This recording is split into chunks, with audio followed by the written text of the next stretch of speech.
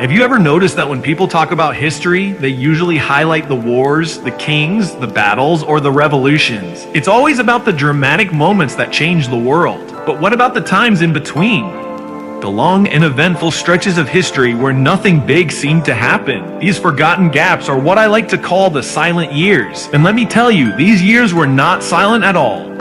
They were full of ordinary life. People waking up, cooking meals, farming their lands, telling bedtime stories to their kids, and just trying to survive another day. No wars, no big discoveries, no earth-shattering events, just daily life moving slowly, quietly, and to some people boringly. Now, the truth is, historians don't like to talk much about these periods. Why?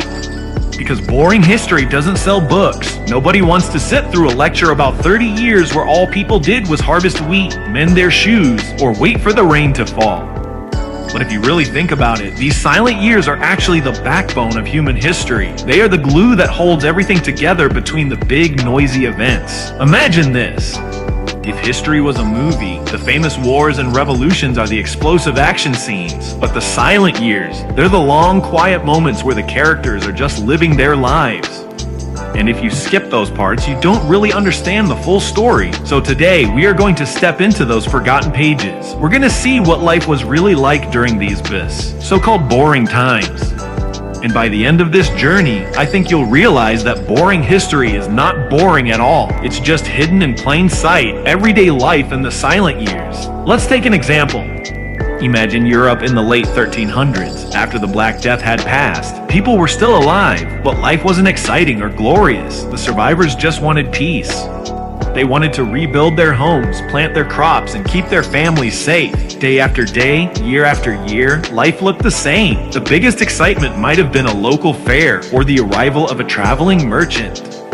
Farmers worked in their fields from sunrise to sunset. Children helped gather firewood or fetch water from the well. Women spent hours baking bread, weaving cloth, or taking care of the animals. It was a life of endless repetition.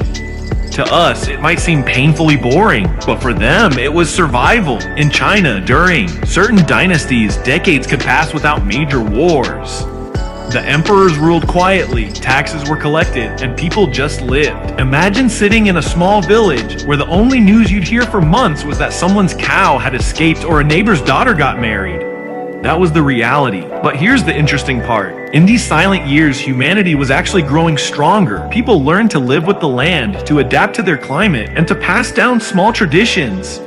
Music, folk stories, recipes, and local crafts were created in these boring times. No history book celebrates them, but these were the seeds of culture. Why historians skip these years? Now you might be wondering, if these times are so important, why don't we hear about them? The answer is simple. Drama sells. People remember wars, disasters, or revolutions because they're filled with action. 100 years of farming quietly in a valley. Not so exciting to read about in a textbook. Think about your own life. Most of your days are not filled with big events. You probably wake up, eat breakfast, go to work or school, come back home, watch something on your phone, and sleep, then repeat. If someone wrote your biography, would they write 100 pages about your daily routine? Probably not. They would highlight the big events, graduation, marriage, a new job, or a crisis. History works the same way. The silent years are the long stretches of human existence where daily life was steady. And even though these years are called boring, they shaped us just as much as the big events. Hook ending for part 1. So next time you hear someone say history is boring, think about this. Boring history is actually the story of us. It's the meals cooked by forgotten mothers, the games played by nameless children, the fields plowed by hands that will never be remembered. These invisible lives are the true foundation of everything we know today, and this is just the beginning. In the next part of this story, we'll dive deeper into one of the longest stretches of boring history ever recorded, a time when entire empires seemed to sleep, and yet under the surface, life was slowly transforming in ways nobody could imagine. If part 1 gave us a taste of what boring history really means, then let's now zoom in on one of the quietest centuries in Europe, the 1700s before the famous revolutions. Now, when we think about the 18th century, our minds usually jump straight to the American Revolution, the French Revolution, or the rise of Napoleon. But here's a truth that gets overlooked. Most of the century wasn't revolutionary at all. In fact, for decades, life moved at a snail's pace. Life before the fireworks.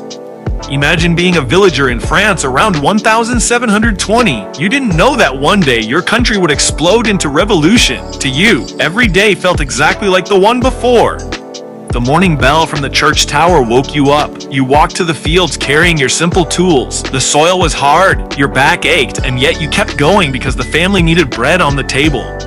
Lunch was nothing fancy, maybe bread, cheese, and a thin soup if you were lucky. Dinner was no different. Entertainment, a neighbor playing a fiddle, or gossip about who sold the best apples in the market that week. To us, it might sound painfully dull, but for them, it was life. The boring empire builders. Meanwhile, in Britain, the empire was slowly expanding. But here's the funny part, most British citizens didn't even feel it. Yes, ships were sailing across the oceans, trading spices and goods. But the average family in London or in a small countryside town still lived quietly. They woke up to the smell of coal smoke, worked long hours, and went to bed early because candles were expensive. The Industrial Revolution was still crawling forward, so machines were rare. Most work was done by hand, and that meant endless repetition. Sewing, hammering, farming, cleaning, all by hand, all day long. Historians don't usually write chapters about a blacksmith hammering the same nail shape every day for 40 years. But that was reality, and it's that reality that made the later revolutions even possible. Without these quiet years, there would have been no foundation to shake. The forgotten lives. Think about the people who never made it into history books. A baker in Paris who baked thousands of loaves over decades, none of which we remember. A midwife in a German town who delivered hundreds of babies but whose name is lost forever. A teacher who taught children how to read year after year with no fame, no statue, no recognition. These lives were invisible, but in truth, they were the backbone of their society. If those bakers, teachers, farmers, and mothers had not kept life going, the great revolutions of history would never have had a stage to play on. Why nothing happening is still something.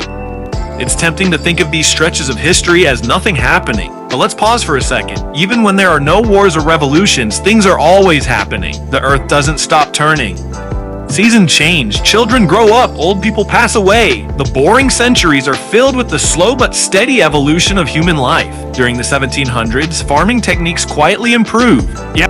Small inventions popped up here and there, like better plows or more efficient looms. Families started eating slightly better diets. Literacy grew slowly as more children learned to read and write. None of these changes made the headlines of their time, but they shaped the foundation of modern life. That's the hidden beauty of boring history. It's quiet progress, the human side of silence. Let's humanize this a bit more. Picture yourself as a teenager in 1750. No social media, no television, no internet. You spend your free time carving wood, singing songs, or listening to elders tell the same stories they've told 100 times.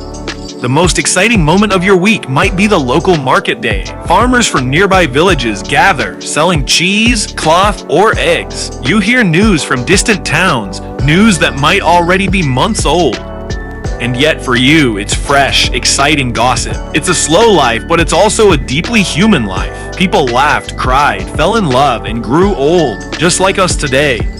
Hook ending for part 2. So, when we call these centuries boring, we're not being fair. They weren't boring to the people living through them. To them, it was everything. Their struggles, their joys, their survival. And here's the twist. Without these boring centuries, the exciting ones could never exist. Without the silent years of farming, teaching, and quiet invention, there would be no revolutions, no industrial age, no modern world. In the next part, we'll dive into how these boring centuries actually acted as pressure cookers for massive change. Underneath the silence, history was quietly boiling, waiting for the moment to explode. In the last part, we talked about the normal lives of bakers, farmers, and blacksmiths. They lived simple days without big wars or famous events. But here is the secret. Just because history looks quiet, it doesn't mean nothing is happening. Silence is often the time when pressure builds. The boiling kettle, think of history like a pot of water on the stove. At first, the water is calm. You look at it and think nothing is changing, but slowly heat rises from below. You cannot see it, but it is there. And then, suddenly, the pot starts to boil and steam comes out. That is how the silent years worked. Life looked calm, but deep down, changes were growing. Seeds of revolution. Take France in the 1700s. On the surface, people were farming, baking bread, and going to church. Life seemed normal, but slowly, problems were getting worse. Bread was too expensive. Poor people paid heavy taxes. Rich nobles lived in luxury. For years, nothing happened, but pressure kept building. Then in 1789, the French Revolution began. The silence finally broke. The truth is, the revolution was not sudden. It grew out of many years of quiet suffering.